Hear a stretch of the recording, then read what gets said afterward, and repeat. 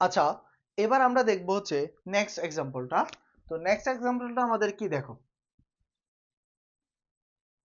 K2Cr2O7, ধরো FeSO4, অম্লীয় মাধ্যম H2SO4 নিবা। তো আমাদের প্রসেস কিন্তু সেম। আমরা ফার্স্ট কাজ কি করব, স্টেপ 1 এ মনে রাখবা তুল্য সংখ্যা এক্সচেঞ্জ করবা। এইটা তুল্য সংখ্যা কত, 6, এখানে দাও। এইটা তুল্য সংখ্যা কত বলো তো, 1, তো এখানে 1 দেওয়ার দরকার নাই। সেকেন্ড কাজ, সকল ধাতুর সাথে অ্যাসিডের ঋণাত্মক অংশ অর্থাৎ সালফেট যোগ করবা। তো পটাশিয়ামের সাথে সালফেট যোগ করলে অলওয়েজ কি হবে, K2SO4। ক্রোমিয়াম থেকে মনে আছে, ক্রোমিয়াম থেকে কি হবে, Cr2SO4 3। এবং এই যে Fe2+ থেকে হবে Fe3+, তার মানে Fe2SO4 3। আচ্ছা, আমরা হচ্ছে লিখলাম। এরপর আমরা কি করব, আমরা দেখব হচ্ছে জারকে কত অণু অক্সিজেন আছে। দেখো জারকে 7 অণু অক্সিজেন, তাহলে উৎপাদে 7 অণু পানি, প্রয়োজনীয় হাইড্রোজেন হচ্ছে 14টা, 7 গুণে 14। এখানে কোনো হাইড্রোজেন আছে না, তাহলে এই স্থান থেকে হচ্ছে হাইড্রোজেন আসবে। এবার আমরা কি করব, বাম পাশে আর আমি কোনো হচ্ছে কাজ করতে পারবো না, সমতা করব। পটাশিয়াম 2টা 2টা, ক্রোমিয়াম 2টা 2টা, আয়রন হচ্ছে এখানে 6টা, এখানে হচ্ছে 2টা, তাহলে 3 দুগুণে 6। ফার্স্ট লাইন ডান। এরপরে তুমি কি লিখবা, বিজারক অর্ধবিক্রিয়া। এই যে বিজারক অর্ধবিক্রিয়া, দর্শক আয়নগুলা বাদে লিখলে কি হয়, Cr2O7 2-, এবং এই অক্সিজেনের সাথে যেহেতু পানির সম্পর্ক, এখানে আমরা H+ লিখবো।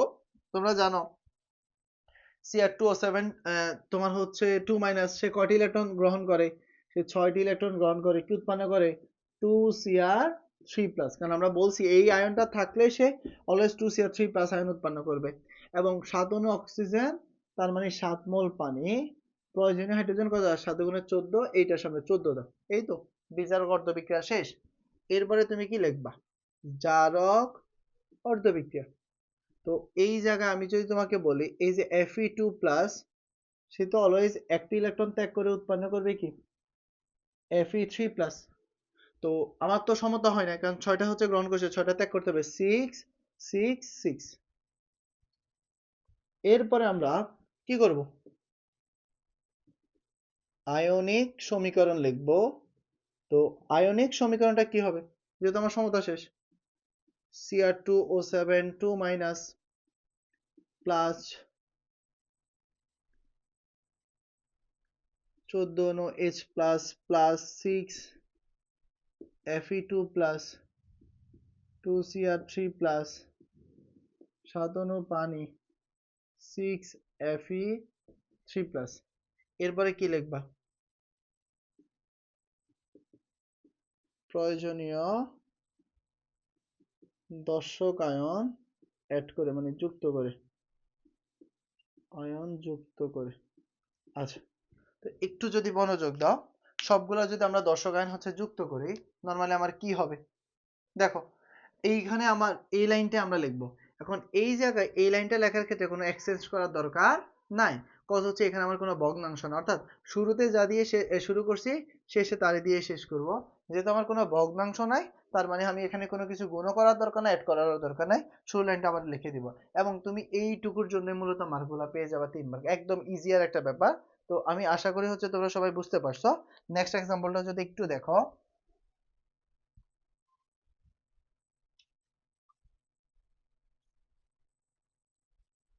দেখো নেক্সট এক্সাম্পলটা ধরো আমি তোমাকে করাবো, এই যে KMnO4 H2C2O4 অম্লীয় মাধ্যমের H2SO4। আচ্ছা, তোমরা একটু যদি মনোযোগ দাও, KMnO4 এর তুল্য সংখ্যা কত, 5, এটার সামনে 5 দাও। H2C2O4 এর তুল্য সংখ্যা 2, এটার সামনে 2 দাও। ফার্স্ট কাজ শেষ, তুল্য সংখ্যা আমরা এক্সচেঞ্জ করছি। সেকেন্ড কাজ কি, সকল ধাতুর সাথে হচ্ছে কি যোগ করব, অ্যাসিডের ঋণাত্মক অংশ। তো পটাশিয়ামের সাথে যদি যোগ করি তাহলে কি হবে, K2SO4। ম্যাঙ্গানিজ থাকলে তোমরা জানো হচ্ছে উৎপন্ন করবে কি, MnSO4। আচ্ছা, তোমরা এইটাও ভালো করে জানো, H2C2O4 থাকলে অলওয়েজ কি উৎপন্ন করবে, কার্বন ডাইঅক্সাইড। এই যে আমরা কার্বন ডাইঅক্সাইড উৎপন্ন করে ফেলছি। এবার আমরা এখানে দেখতে পাই অক্সিজেন হচ্ছে কত অণু, এই যে এখানে হচ্ছে কত অণু বলো তো, 8 অণু অক্সিজেন আছে, তাহলে উৎপাদে কত অণু পানি হবে, 8 অণু পানি। প্রয়োজনীয় হাইড্রোজেন কয়টা, 8 দুগুণে 16, তো এখানে হাইড্রোজেন আছে অলমোস্ট কয়টা, 10টা, আর হচ্ছে আমার 6টা লাগবে, তাহলে 3 দুগুণে কত হয়েছে বলো তো, 6। আমার হচ্ছে পানি উৎপন্ন করে ফেলছে এবং হাইড্রোজেনের সমতা করছে। এবার একটু চিন্তা করো, আমরা সমতা করি, পটাশিয়াম দুইটা, পটাশিয়াম দুইটা, ম্যাঙ্গানিজও দুইটা আছে, এখানে ম্যাঙ্গানিজ একটা, তো এখানে 2 দিবা। কার্বন ডাইঅক্সাইড হচ্ছে 5 দুগুণে 10, এখানে 10 দিবা। এই তো শেষ, ফার্স্ট লাইন ডান। এবার আমরা কি করব, আমরা হচ্ছে বিজারক অর্ধবিক্রিয়া লিখবো। তো আমরা যদি বিজারক অর্ধবিক্রিয়াটা একটু দেখি, বিজারক অর্ধবিক্রিয়া, ওই যে একই লাইন রিপিট করবা, জাস্ট MnO4 মাইনাস, আমার হচ্ছে পানির H প্লাস, কারণ সে কয়টি ইলেকট্রন গ্রহণ করবে, 5টা, দেখছো, Mn2 প্লাস, কত অণু পানি উৎপন্ন করবে, 4 অণু পানি, প্রয়োজনীয় হাইড্রোজেন হচ্ছে 8টা। এই যে লাইনটা তো এর আগে আমরা লিখছি, তাই না? এবার আমরা দেখবো হচ্ছে জারক অর্ধবিক্রিয়া। তো জারক অর্ধবিক্রিয়াটা কি হবে দেখো, H2C2O4 আছে, তার মানে আমরা দর্শক আয়ন বাদ দিলে কি হবে, C2O4 2 মাইনাস, সে কয়টি ইলেকট্রন ত্যাগ করে বলতো, সে 2টি ইলেকট্রন ত্যাগ করে, উৎপন্ন করে কি, কার্বন ডাইঅক্সাইড, এই যে 2 মোল কার্বন ডাইঅক্সাইড, কারণ 2টা কার্বন আছে। এবার আমরা যদি সমতা করতে চাই, দেখো সে গ্রহণ করছে 5টা, সে ত্যাগ করছে হচ্ছে 2টা, তাহলে এক্সচেঞ্জ করে দাও, অর্থাৎ তুমি এইটার সাথে 5 গুণ করো আর এইটার সাথে তুমি 2 গুণ করো, এই তো। তো করলে কি হয় দেখো, তুমি কি সমীকরণটা পাচ্ছ, আয়নিক সমীকরণটা পাচ্ছ, তুমি আয়নিক সমীকরণ পাবা, আয়নিক সমীকরণ 2MnO4 মাইনাস, আমরা যদি দেখি প্লাস 8 দুগুণে 16, 16H plus plus 5C2O4 2 minus, এখান থেকে হবে 2Mn 2 plus 8H2O 10 carbon dioxide. এরপরে কি লিখবা বলো তো, প্রয়োজনীয় দর্শকায়ন যুক্ত করে, এই তো। তো এই যে লাইনটা, এই লাইনটা রিপিট করবা, কজ হচ্ছে এখানেও আমার কোনো ভগ্নাংশ নাই, তো ভগ্নাংশ না থাকলে আমার হচ্ছে কোনো কি নাই, ভেজাল নাই। আর একটা এক্সাম্পল আমি হচ্ছে প্র্যাকটিস করাবো, আমি এর আশা করি এরপরে হচ্ছে তোমরা খুব ইজিলি পারবা। এক্সাম্পলটা একটু হার্ড দেওয়ার ট্রাই করতেছি, দেখো, ধরো তোমাকে এইটা দিল K2Cr2O7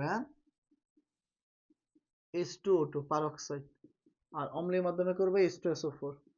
আচ্ছা দেখো, এইটার তুল্য সংখ্যা হচ্ছে 6 আর এইটার তুল্য সংখ্যা হচ্ছে কত, 2। তো আমি যদি এইটার সামনে শুধু 3 দিই তাহলে হয়, এটার সামনে দেওয়া লাগে না, অর্থাৎ 6 আর 2, আলটিমেটলি এটা যদি আমি 2 বাদ দিই তাহলে এখানে থাকে কত, 3, তাহলে এই 3টা এটার সামনে দিলাম। তুমি চাইলে এইটার সামনে 2, এটার সামনে 6 দিতে পারো, কিন্তু আমি হচ্ছে শর্টকাট করে ফেলছি। আচ্ছা এবার আমরা কি করব, ধাতুর সাথে অ্যাসিডের ঋণাত্মক অংশ যোগ করব, K2Cr2। তোমরা জানো পটাশিয়াম থেকে অলয়েজ উৎপন্ন করে কি, K2SO4, আর এই যে Cr2 ক্রোমিয়াম থেকে উৎপন্ন করবে কি, মনে আছে, Cr2SO4 3। এবার তোমার মনে থাকার কথা, পারক্সাইড থেকে আমার উৎপন্ন করবে কি বলতো, অক্সিজেন গ্যাস প্লাস, আমার জারকে কত অণু অক্সিজেন, 7 অণু অক্সিজেন, উৎপাদে কত অণু পানি, 7 মোল পানি, প্রয়োজন হাইড্রোজেন 14টা, এখানে আছে হচ্ছে কয়টা, 6টা, বাকি হচ্ছে 8টা এখান থেকে আসছে। আমার এরপরে হচ্ছে বাম পাশে আর হাত দিতে পারবা না, এদিকে সমতা করবা, পটাশিয়াম দুইটা দুইটা, ক্রোমিয়াম দুইটা দুইটা, এখানে হচ্ছে অক্সিজেন হচ্ছে কয়টা, 6টা, তো এখানে 3 দিবা, আমার সমতা শেষ। এরপরে তুমি কি লিখবা, জারক অর্ধবিক্রিয়া, বিজারক অর্ধবিক্রিয়া, সরি, প্রথমে আমরা লিখবো হচ্ছে কি জারক অর্ধবিক্রিয়া। তো জারককে বলো, Cr2O7 2 মাইনাস, অ্যাসিডের আমার হচ্ছে পানির H প্লাস, Cr2O7 2 মাইনাস সবসময় কয়টি ইলেকট্রন গ্রহণ করবে, 6টা, উৎপন্ন করবে কি 2R C3 প্লাস, 7 অণু পানি, কারণ 7 অণু অক্সিজেন, 7 গুণে 14, তার মানে এখানে হচ্ছে 14 মোল হচ্ছে কি H প্লাস। এরপরে বলো বিজারক অর্ধবিক্রিয়া, নরমালি কি, এই যে দশকান বাদ দাও, O2 2 মাইনাস, সে কি করবে, 2টি ইলেকট্রন তোমার ত্যাগ করে উৎপন্ন করবে অক্সিজেন। এই তো, শেষ। 0। আমার কি সমতা হয়েছে? এই ত্যাগ করছে হচ্ছে 6, এই গ্রহণ করছে 6টা, এই ত্যাগ করছে হচ্ছে 2টা। তো সমতা করার জন্য এটার সাথে কত গুণ করে দিবা? 3। যখন এটার সাথে তুমি 3 গুণ করবা, তখন তুমি কি সমীকরণ পাবা? আয়নিক সমীকরণ পাবা। এই আয়নিক সমীকরণ, কি সমীকরণ? আয়নিক সমীকরণ কি হবে? Cr2O7 2 মাইনাস প্লাস 14 অণু H plus plus 3O2 2 minus 2Cr3 plus 7 অণু পানি প্লাস 3 অণু অক্সিজেন। এরপরে মনে আছে প্রয়োজনীয় দর্শক আয়ন যুক্ত করে এরপরে এই লাইনটা লিখবো। অর্থাৎ প্রয়োজনীয় দর্শক আয়ন যুক্ত করে লেখার পরে আমরা এই লাইনটাই হচ্ছে রিপিট করব। আমি আশা করি তোমরা জারণ বিজারণ থেকে 3 মার্ক খুব ইজিলি হচ্ছে কি করতে পারবা, তোমরা হচ্ছে অ্যান্সার করতে পারবা। তো তোমরা হচ্ছে এই এক্সাম্পল গুলা যদি প্র্যাকটিস করো, দেখবে খুব ইজিলি বাকিগুলা প্র্যাকটিস করতে পারবা। অর্থাৎ আমি দেখো যে এক্সাম্পল গুলা বলছি পরীক্ষা আসবে, আমি 3-4টা হচ্ছে তোমাকে প্র্যাকটিস করানোর জন্য বুঝাই দিচ্ছি। বাকিগুলা তুমি বাসায় প্র্যাকটিস করে তোমরা কমেন্ট বক্সে হচ্ছে কি করবা, কমেন্ট করবা তোমাদের হয়েছে কিনা, এটা হচ্ছে স্যার দেখে দিব। তো সবাই ভালো থাকবা, সুস্থ থাকবা। আসসালামু আলাইকুম।